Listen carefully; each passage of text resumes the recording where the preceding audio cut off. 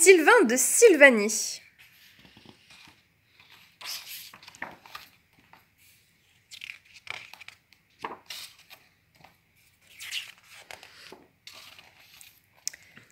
Ce Capharnaüm, cette caverne d'Ali Baba, c'est la chambre de Sylvain.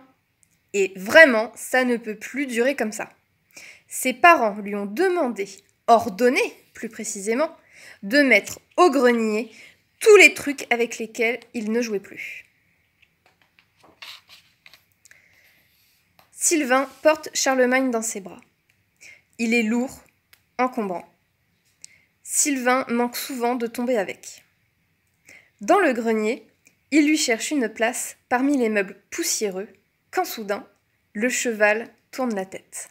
« On part une dernière fois à l'aventure, chevalier Sylvain ?» L'enfant sourit.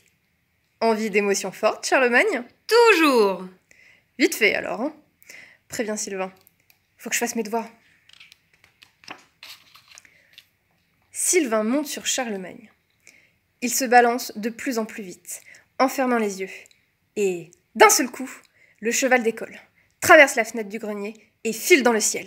« Sylvanie, nous voilà !» s'écrie Sylvain. Et en Sylvanie, les voilà. Ils atterrissent au nord, dans la vallée des pierres. Sylvain fait quelques pas, histoire de se dégourdir les jambes, quand il entend du bruit. « Chut !» murmure-t-il. Sur la pointe des pieds, Charlemagne et lui s'approchent d'un gigantesque rocher. Ils le contournent, tendent le cou. Lucifugus purpurin et les chevaliers de la mort rouge, les pires scélérats de toute la Sylvanie. Sylvain et Charlemagne font discrètement demi-tour, mais un des chevaliers les voit. « Tiens, tiens !» s'écrie-t-il. « Le courageux Sylvain qui file comme un ver de terre !» Les autres éclatent de rire.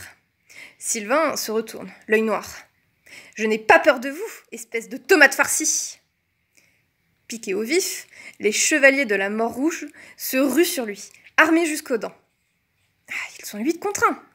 Mais Sylvain n'est pas prêt à se laisser découper en rondelles.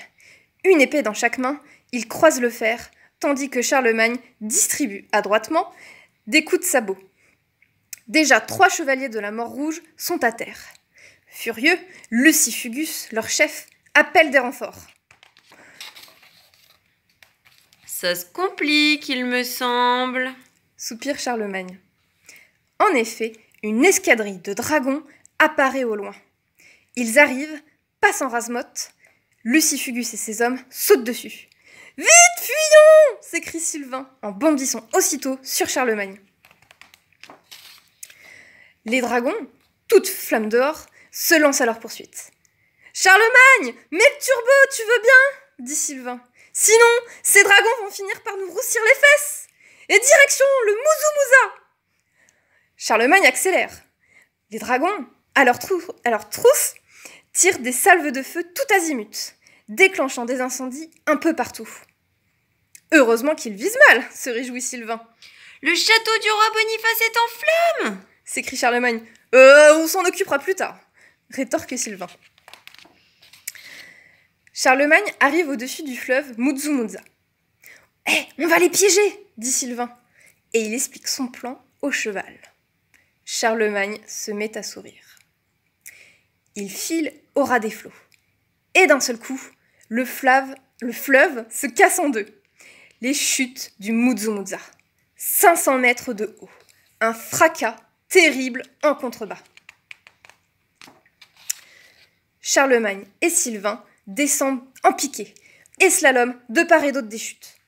Les dragons font de même et s'éteignent l'un après l'autre lorsqu'ils passent sous la douche.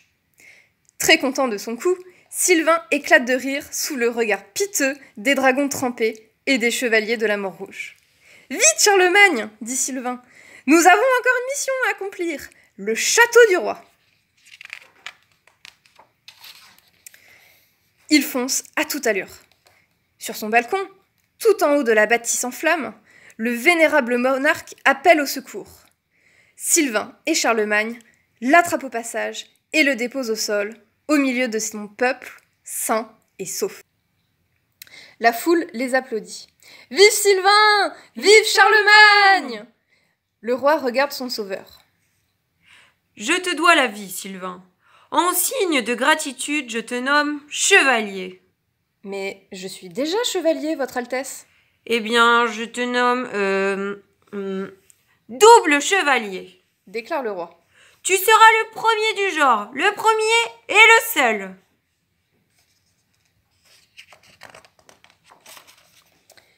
Le cœur de Sylvain bondit dans sa poitrine, tandis que la foule hurle de joie.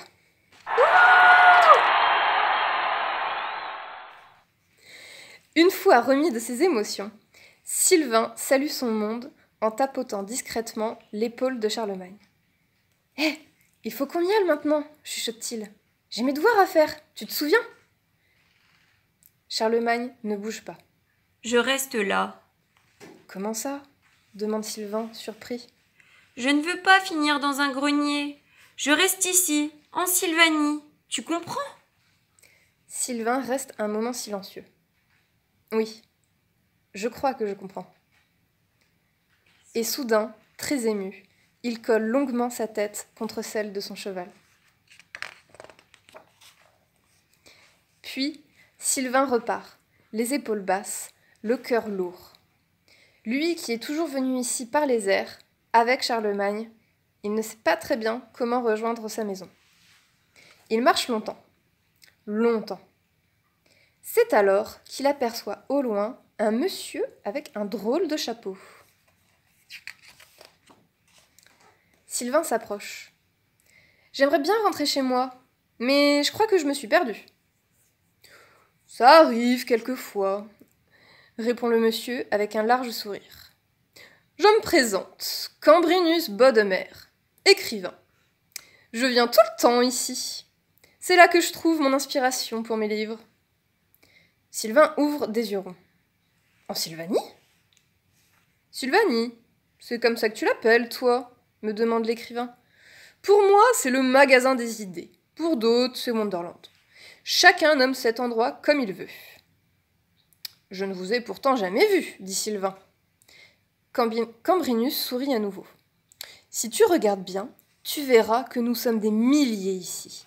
Écrivains, scientifiques, artistes, rêveurs de tout poil. Je vais rester encore un moment, garçon. Mais tu peux prendre mon vélo scarabée pour rentrer chez toi. Il est très facile à piloter. »